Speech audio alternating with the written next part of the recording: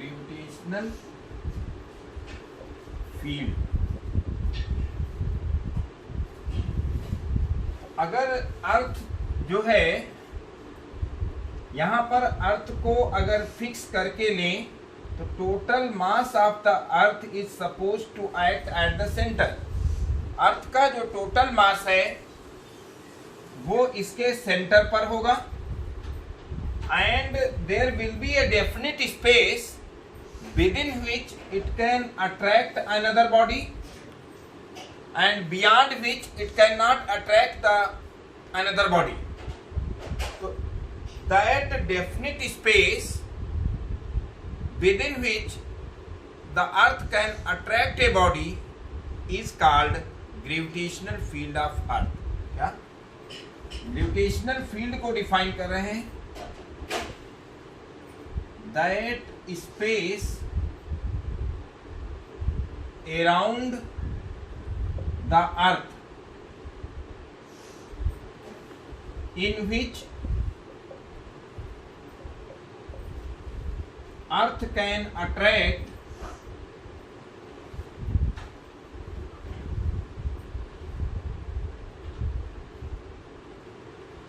another body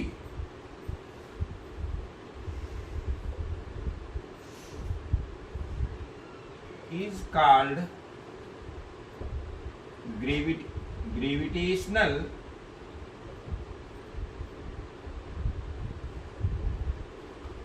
field of earth.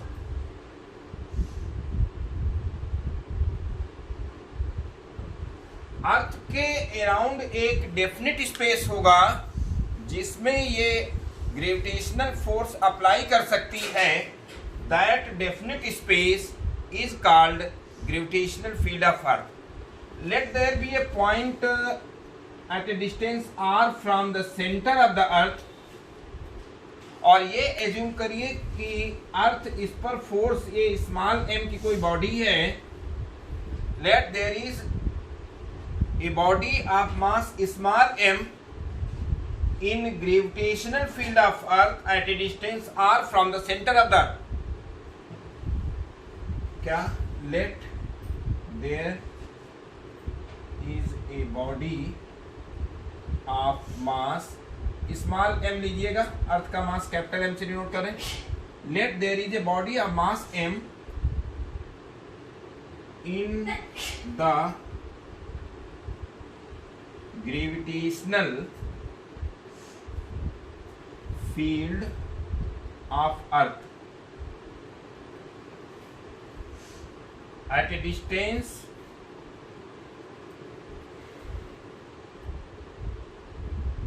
r from the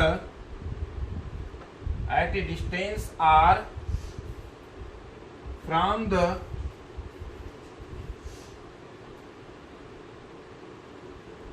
center of earth. तो gravitational force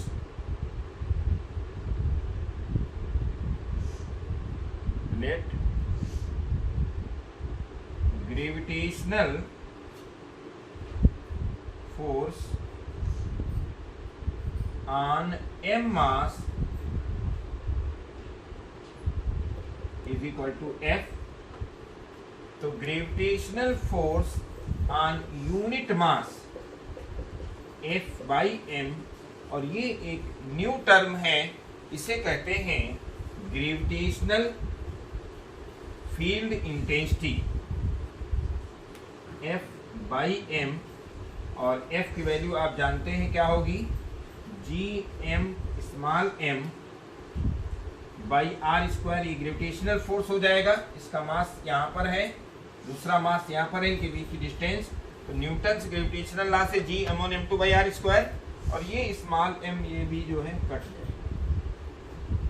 तो अब जो हम लोग बात करेंगे, डिफाइन जो करेंगे वो क्या है, ग्रेविटेशनल फील्ड इंटेंसिटी,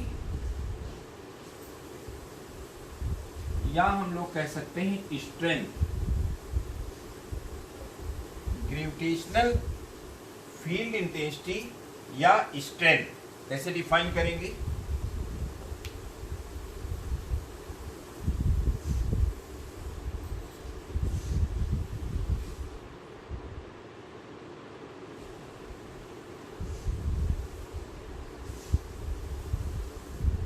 ये पॉइंट टू पॉइंट चेंज हो जाएगा, ग्रेविटेशनल फील्ड के किसी भी पॉइंट पर चेंज होता रहेगा। तो ग्रेविटेशनल फील्ड इंटेंसिटी या gravitational field strength eight A point in A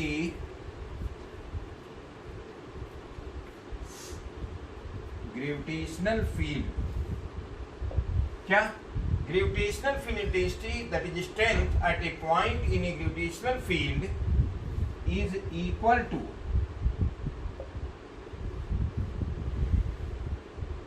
the gravitational force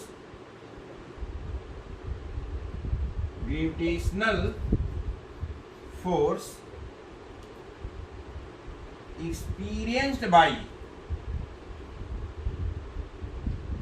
क्या gravitational field intensity, that is gravitational field strength at a point in a gravitational field is equal to gravitational force experienced by unit mass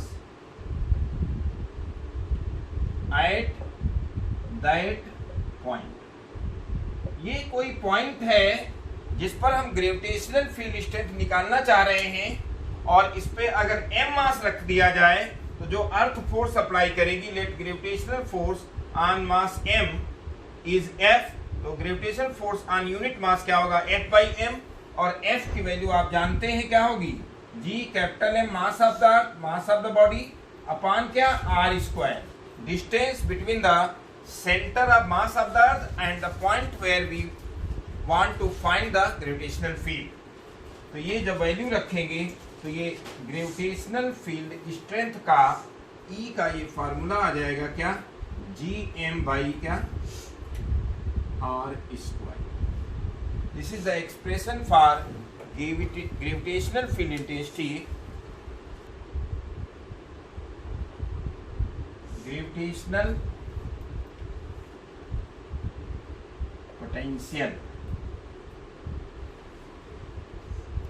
जैसा कि हम discuss कर रहे थे कि अगर ये अर्थ है और अर्थ का मास यहाँ सेंटर पर सारा का सारा मास एज्यूम किया जाएगा, और ये इसके डेफिनेट स्पेस में कोई m मास की बॉडी कहाँ से लाएंगे, इनफाइनाइट से।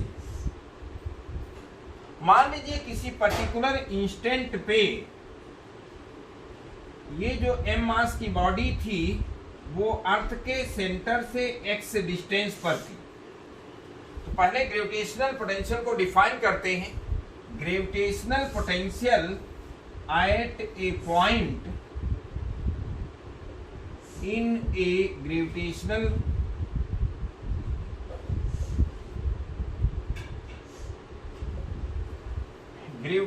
potential at a point in a gravitational field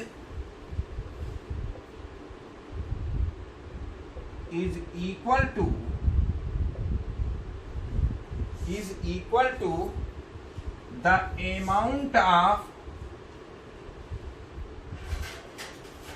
work done in bringing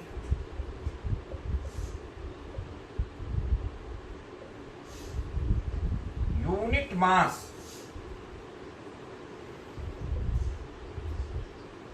क्या, gravitational potential at a point in a gravitational field is equal to the amount of work done in bringing unit mass from infinity to that point। क्या, gravitational potential at a point in a gravitational field is equal to the amount of work done in bringing unit mass from infinity to that point। मान लीजिए ये m मास जो है, कहीं आप r distance पर gravitational potential निकालना चाहते हैं, तो इस m मास को आप कहां से ला रहे हैं, इनफाइनाइट से लेके आ रहे हैं। तो इनफाइनाइट से m मास को लाने में वर्क अगर w है, क्या, late work done in bringing m mass from infinite to a is W. Work done in bringing unit mass from infinite to a is W by m. तो unit mass को infinite से लाने में जो भी work है, that work is nothing but gravitational potential. अब ये W की वैल्यू हम निकालेंगे इंटीग्रेशन से, क्योंकि जैसे जैसे डिस्टेंस चेंज होगी, जब इनफाइनाइट से मास को ला रहे हैं, तो इस पर जो ग्रेविटेशनल फोर्स है इसकी वैल्यू भी चेंज होगी। चूंकि फोर्स वेरिएबल है तो वर्क डन जो होगा वो इंटीग्रेशन से होगा। कहते हैं, और ये मोस्ट इंपॉर्टेंट है,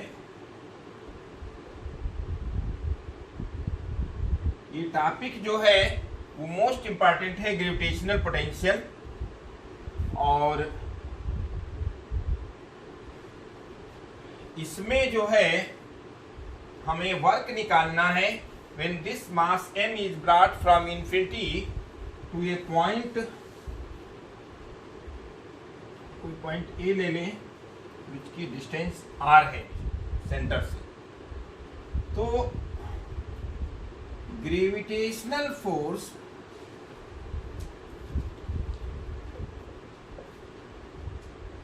ऑन m mass, क्या gravitational force on m mass at the instant when m is at a distance x from the center of अर्थ। तो जब ये x डिस्टेंस पर है सेंटर से, उस समय इस पर ये फोर्स की वैल्यू जो होगी, यहां पर जब ये x डिस्टेंस पर है यहां सेंटर से, तो x डिस्टेंस पर है इस समय ग्रेविटेशनल फोर्स की वैल्यू क्या होगी, G capital M small m by x square. और x क्या है, वेरिएबल है। x की वैल्यू कहां से कहां तक चेंज होगी, infinite to x is equal to r, from infinite to x is equal to r। तो इससे जो वर्क डन हम निकालेंगे W will be in f into क्या dx और इंटीग्रेशन। ये फॉर्मूला आप जानते हैं, यहाँ पर cos 0 होगा, जिस तरफ फोर्स है उधर ही डिस्प्लेसमेंट है। FD cos थीटा लगाएं तो cos 0 होगा, cos 0 इज 1। f की वैल्यू क्या होगी, G capital M small m by x square into dx and x from infinite. जो x की वैल्यू है कहां से कहां तक चेंज होगी, पहले कहां पर बॉडी है, इनफाइनाइट पर, और बाद में x की वैल्यू क्या हो गई, r। तो लिमिट होगी x is equal to infinite to x is equal to r। तो इससे integration infinite x is equal to infinite to x is equal to r, और ये g और कैपिटल M कांस्टेंट है, स्मॉल m भी constant है। यहां पर अंदर हो जाएगा क्या, 1 upon x square into dx। और ये हम अलग से आपको बता दें कि integration x to the power n dx जो होता है x is equal to a to x is equal to b, और ये होता है x to the power n plus 1 upon n plus 1 from x is equal to a to x is equal to b। और इसमें हम रखते हैं पहले अपर लिमिट, तो bx को रिप्लेस करते हैं b से, और माइनस a से रिप्लेस करते हैं b की power n plus 1 upon n plus 1 minus a to the power n plus 1 upon n plus 1। तो अगर कहीं integration 1 upon x square dx है, जो कि यहाँ देख रहे हैं x is equal to a to x is equal to b, ये लिमिट है, तो इसको आप लिख सकते हैं क्या, x की power minus 2 into d x, x is equal to a to x is equal to b, और ये हो जाएगा x की power minus 2 plus 1 upon minus 2 plus 1 and limits from x is equal to a to x is equal to b। और इसे calculate करेंगे तो ये आ जाएगा क्या, minus 1/x, x is equal to a to x is equal to b, तो minus 1/b minus minus plus 1/a, minus 1/b और माइनस माइनस प्लस 1/a, ये हो जाएगा।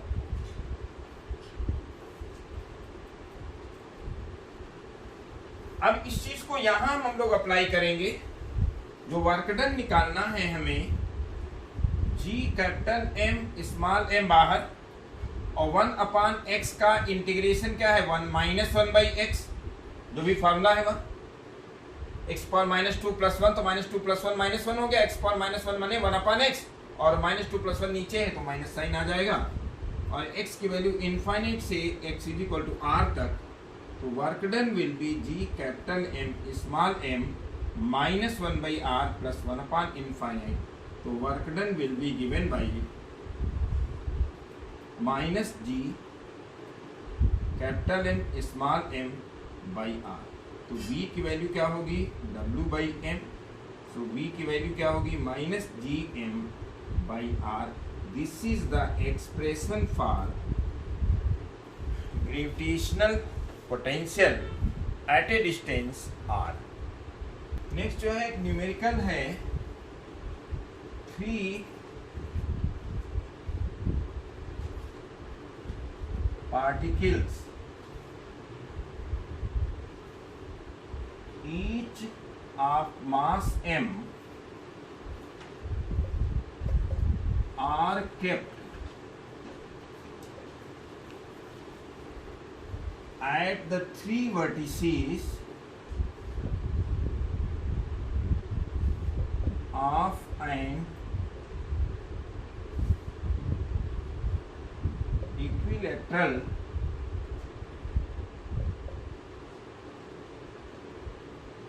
triangle of side A. Find gravitational, बल्कि आप कर लीजिए 2 particles। क्या 2 particles each of mass m are kept at the 2 vertices of an equilateral triangle of side A? Find gravitational field intensity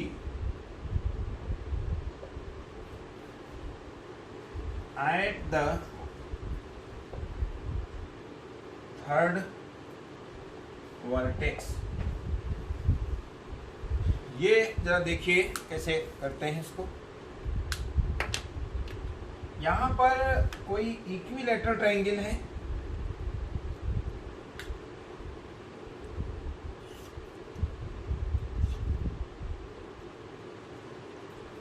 और इस इक्विलैटरल ट्रायंगल के 2 वर्टेक्स पर m मास के 2 पार्टिकल्स हैं। तो इस पॉइंट पर कोई पार्टिकल नहीं है, इस पॉइंट पर ग्रेविटेशनल फील्ड इंटेंसिटी होगी due to this mass E1, और इसकी वजह से इधर भी होगी क्या, E2। एंगल 60 डिग्री रहेगा। जैसा कि जानते हैं कि कोई भी 2 वेक्टर अगर ऐड करना हो, A वेक्टर और B वेक्टर थीटा एंगल पर, तो r² is nothing but a² plus b² प्लस 2ab cos थीटा। तो यहाँ E जो रिजल्टेंट होगा square is E1² plus E2² plus 2E1 E2 cos 60 होगा। E1 is equal to E2 and this is equal to क्या होगा, GM by क्या, a²। ये हमने पहले ही कर रखा है। साइड A है तो इस पॉइंट मास से gravitational field intensity a distance पर निकालना है। फिर यहाँ पर भी साइड A है तो a डिस्टेंस पे निकालना है। तो अब ये हो जाएगा E² is equal to GM by a², again GM by a² whole square, यहाँ पर भी whole square, plus 2 G M by a square into G M by a square cos 60 is 1/2।